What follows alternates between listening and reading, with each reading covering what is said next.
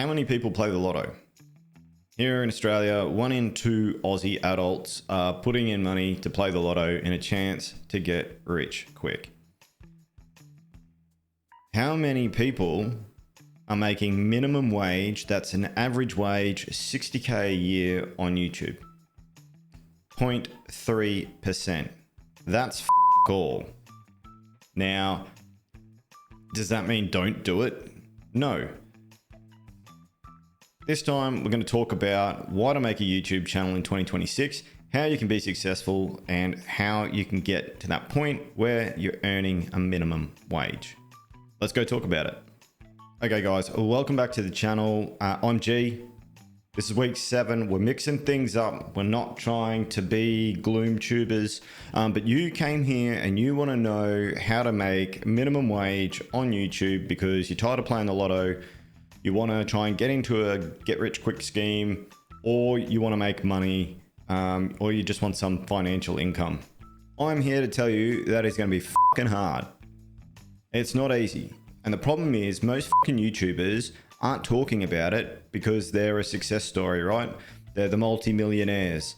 They're the people making it big. They're an extremely small percentage of people, right? So expectation management is the number one key to not quitting YouTube.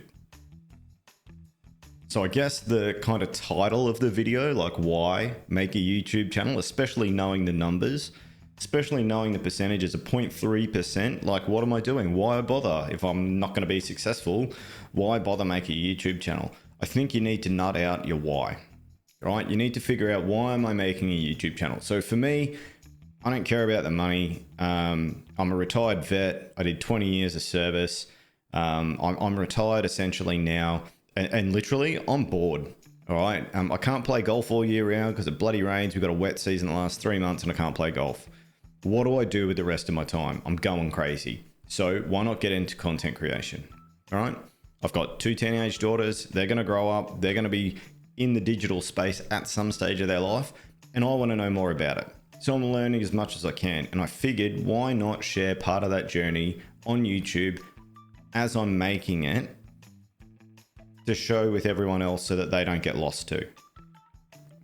The other thing I want to do is I actually want to tell you the facts that people don't tell you. I used to think like you. YouTube was easy. You just hit a record button, videos come in, you post them, you go viral and you make a shitload of money. And that everyone on YouTube is making loads of money. They don't, right? They don't. And especially in the beginning, they really don't. And the problem is that when people get to about the week 5 to week 7 mark, that's where everyone quits because they start to realize the truth. They start to realize that shit, I'm in a really low percentage game. How the hell am I meant to make some money out of this? The thing is, you gotta stick with it, right? So it's at this point where YouTube is still trying to figure out where to send your videos. It's building like a data pool. It's like a testing kit, right? So they're gathering up all the information and they're sending it out to people in little test batches. Let's take shorts, for example. With your shorts, you go into the doom scroll pool of a very small percentage, right? Think of that like a square window. And in that square window is a set of checkboxes. In that checkboxes is, does it get likes? Does it get comments? Does it get shares? If it ticks those boxes, it takes that short from that test pool and sends it to a bigger test pool. So originally with YouTube videos, it'll get sent out to say around 1,000 to 2,000 people, depending on where you are. Once you hit that window and you've hit the doom scrollers, did anyone stop? Did anyone go through and watch your video? Did anyone like your video? Did anyone share your video? Did anyone comment on your video? If it's ticked yes, YouTube and the algorithm takes that video and then sends it to another box, right? And that box might say be between 5,000 and 10,000 people that it goes to. Again, that's got another checklist. How many people stayed to watch that video? How many people clicked the like button? How many people commented? How many people shared? How many people subscribed? And if the answer is none, guess what? Your video dies and it stops there. And then you go back to the first checkbox pool with your next video. You don't stay at the 10,000. You've got to get like multiple videos in that reaction pool to stay at that level, to start you in that top tier level. And then it goes on and on. The videos are no different, but you've got to be giving people something, right? So we've talked about things previously in the last sort of 6 weeks about hooks and about capturing people's attention and delivering content and giving people something because they need something, right?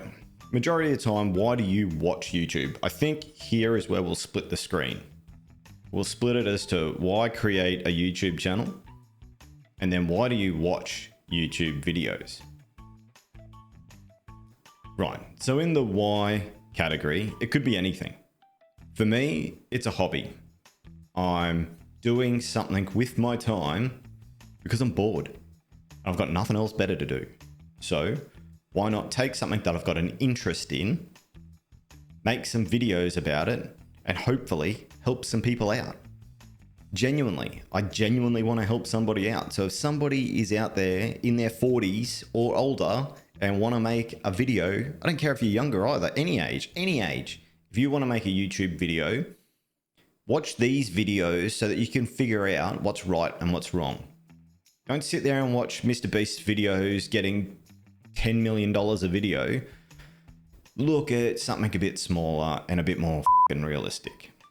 Okay. What are the other reasons? Some people want to make videos to get fucking Mr. Beast rich. I probably shouldn't just use his name.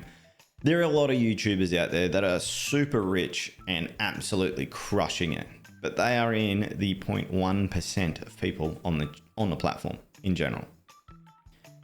Then you've got another group of people that are like, okay, I want to quit my job, my 9 to 5, and I want to make YouTube videos because it's fun, and I want to make a living out of it. Okay, that's going to be a bit harder because, again, you don't really have content as such, but you're wanting to make money. That's hard. That's real hard. Right, and then you got another group of people that genuinely have some sort of business or interest, right? Take the outdoor boys. That dude literally went out and went camping in the Alaskan snow and made some shelters and made some videos. But he got to the point where he'd been doing it for years. We watched him have kids. We watched him have a family. We watched him grow. And what happened when he stopped? Man, we cried. Every dude on the planet out there that ever watched the Outdoor Boys and then watched his channel just like stop him, go, hey, I'm retiring. I want to go and live my life. Man, we were heartbroken because we got suckered in. We got sold into the storyline. And that is also a key. Which takes us to the other side of the screen. Why do you watch YouTube videos?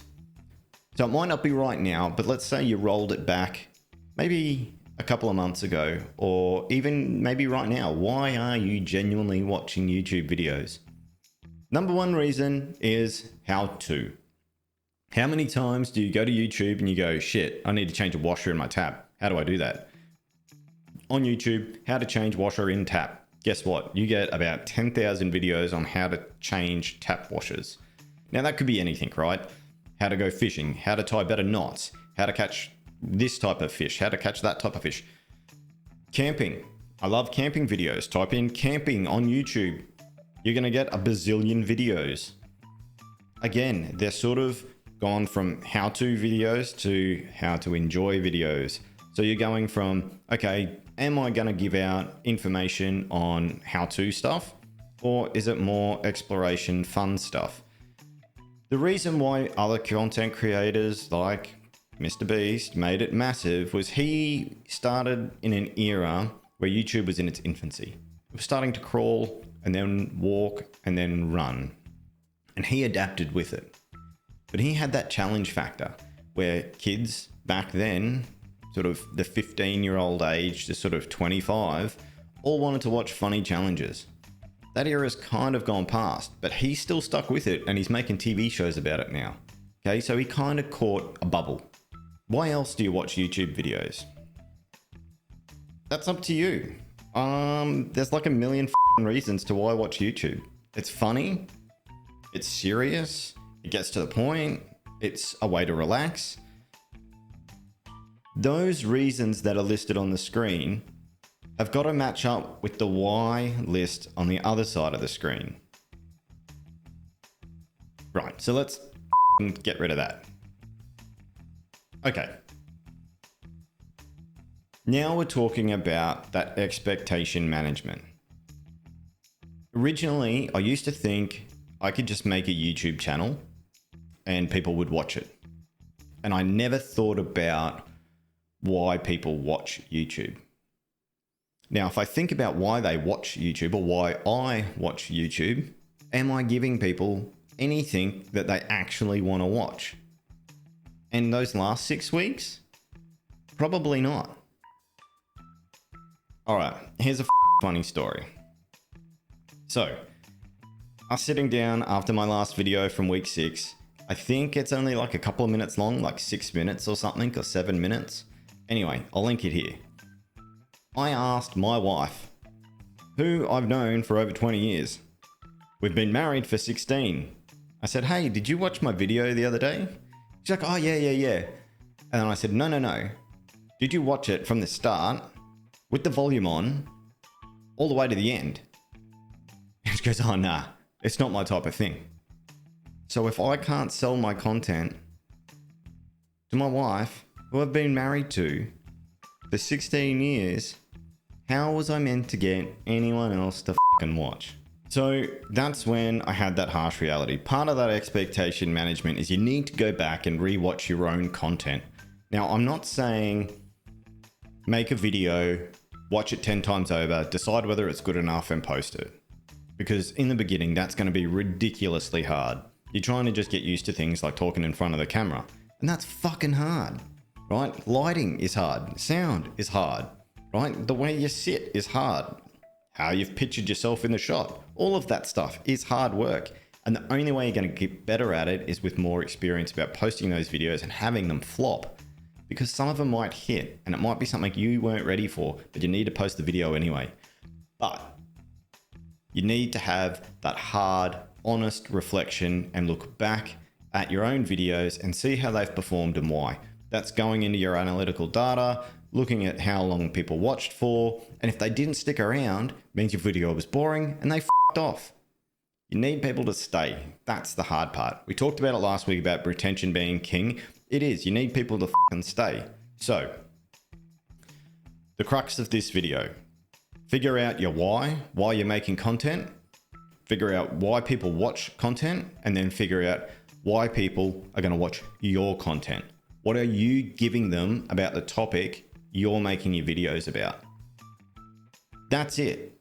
That's as easy as it gets. Break it down really simple and then add that little piece of information gold to every video you make after that. Why am I making content? Why are people going to watch my content? And how do I get people to stay for my content? It's that simple. And then apply that to every video you make in relation to that topic. That's YouTube. That's YouTube in a nutshell. And then you can get to the point where you're part of that 0.3%. You gotta stick with it. At the moment, YouTube's trying to figure out your shit. Oh, where are we with our stats? We're here. I don't know where to stick it up. Here. This is where we're at. Creator Lab project. These are the stats. This is where we're at. You want to know our scoreboard? This is where the scoreboard's sitting right now. We hit 20,000 views the other day, 14th of April. We hit 20,000 views. Insane. Couldn't be happier. Thanks to everyone that stuck around and watched the video. You're awesome. I love you. If you want to see more content like this, we're trying to loosen it up. We're trying to break through a bit. If you got this far and you want to drop a comment, that'd be great. Tell me what else you'd like to see. What else can we change? What can we do that's fucking better? Because I don't know, but I'm going to try. I don't want to be doom and gloom all the time, and I don't want to be 1,000 yards stare into the camera, and I don't want to be myself. But I want to help you be yourself and get to that 0.3%. So, would really love it if you dropped a like. It helps the algorithm. It actually helps the algorithm. And I'd love it if you subscribe, because I'd like you to be here as part of the community, part of the channel. And let's help each other, help more people grow in this wonderful digital age. It's not as bad as what people are making it out to be. We can make it better. We just got to help each other. It's free. All right, guys. I've been G. This is Creator Lab Project. I love yous. I'll see you on the next one.